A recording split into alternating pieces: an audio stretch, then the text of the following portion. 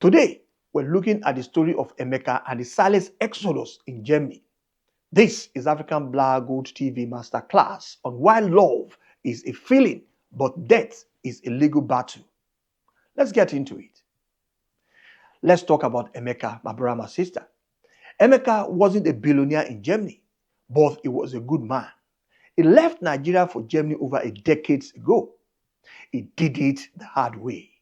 Factory work, 12-hour shift, he endured the racism. The language barrier, he endures as well. And even the winter that bites into your bone. It was the pride of our family. Whenever he called home, we heard the kids speaking German in the background. We saw the photos of his house, the one that he bought on a mortgage in Germany. Very big house with garden, big garden like this. Back home in Nigeria, we said, Emeka has made it. We thought he was secured in Germany. We even thought he had built a fortress for himself. But abroad is not a Nollywood movie. In the West, your fortress is only as strong as the paper it's built on. Emeka had the house. Yeah, quite right. He had the family there. He had the wife there. He had all his kids in Germany. But he didn't have a plan. The one thing nobody wants to talk about, and that is the end. One Tuesday morning, the phone rang in Nigeria. It wasn't the usual WhatsApp phone call. It was a formal voice from a hospital in Frankfurt, and that is from Emeka's wife, Auntie Linda. Linda said, your brother collapsed at work, but we did everything we could. Just like that, no warning, no chance to even say goodbye, no chance to say I love you, no chance to even ask him, where did you keep all your documents? Emeka died in his work boots, still smelling like the factory floor. The family in Nigeria was shocked. They can't believe it. Emeka was healthy. Who killed him? Why did he die? We're sure you're the one that killed him. They started looking for a visa to go and bring their brothers home for a proper burial. But the wife said, don't worry. He has family here. We're going to do everything here in Germany. They expected the wife to be the bridge for them. They expected, to grieve together with the wife. They didn't know that the bridge was already being dismantled by Linda. At first, the wife was picking up their calls. She was crying, wojo, wojo, wojo. She was grieving. But then, the tone suddenly changed. The family now asked about the funeral cost. Silence. They asked about the children's passports. Silence.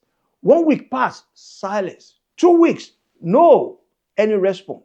And suddenly, Linda stopped picking calls. The green online dot on WhatsApp suddenly disappeared. You know what I mean? That green light, we see it on top of WhatsApp, disappeared. The family back home in Nigeria started getting worried. Is she okay? Is she depressed? They sent even one of their cousins who lived in another part of Germany to go and knock on the door. When the cousin got there, the neighbor said something that chilled the family's blood. The moving truck were here 3 days ago. They are all gone. Linda and the children, they suddenly disappeared from that house. This wasn't just a move, it was a liquidation. Linda had been busy while the family in Nigeria was mourning. She was at the bank. But, because they had joint account together, she didn't even need their permission to do anything as regards to the joint account, the one that she had with Emeka in the bank. She emptied everything. She even sold the car to a dealership for cash. She collected the cash. She contacted even the landlord, the one that mortgaged the house for them, that is the bank.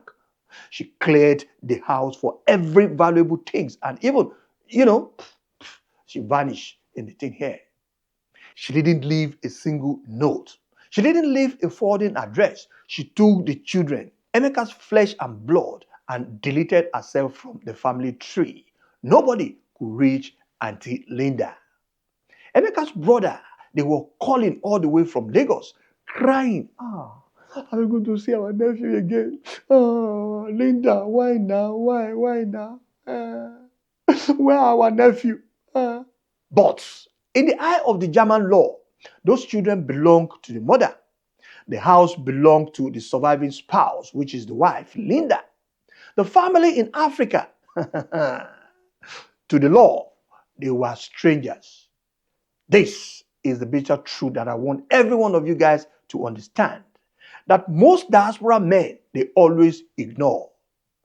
In the West, African family is a concept, not a legal reality.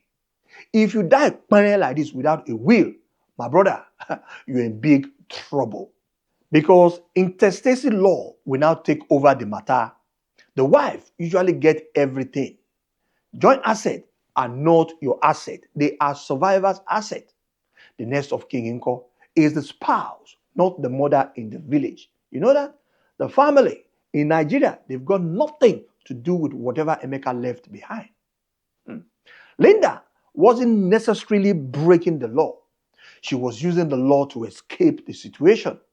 Maybe she didn't want the burden of the Nigerian extended family. Maybe she wanted the money for herself all alone. But whatever the reason might be, the law gave her the keys and she drove away with the keys. My people, hear me clearly here.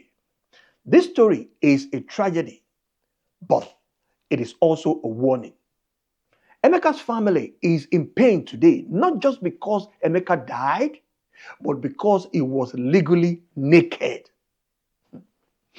Is there any lesson for some of you who are watching this video today, especially the men in the diaspora? Yes, of course. Because marriage is love, we know that. But death is law. Don't assume your wife will do the right thing by your parents or by your siblings. Please, write a will now. Not when you're 70. Now you should write it. Specify who get what and how the children should be connected to their heritage. My brother, document everything. Don't keep all your password and papers in your head. Please. If you die married today like this, does your family have a map to what you build? My only question to you that are watching me today. Was the wife wicked for taking everything and starting a new life? Or did Emeka fail his family by not protecting them with papers? I want to hear from the diaspora men in the comments. Are you protected? Or is your family one heartbeat away from being erased? This is African Black Gold TV. Without a story people are afraid to tell. Stay vigilant and stay go. I'm out of here.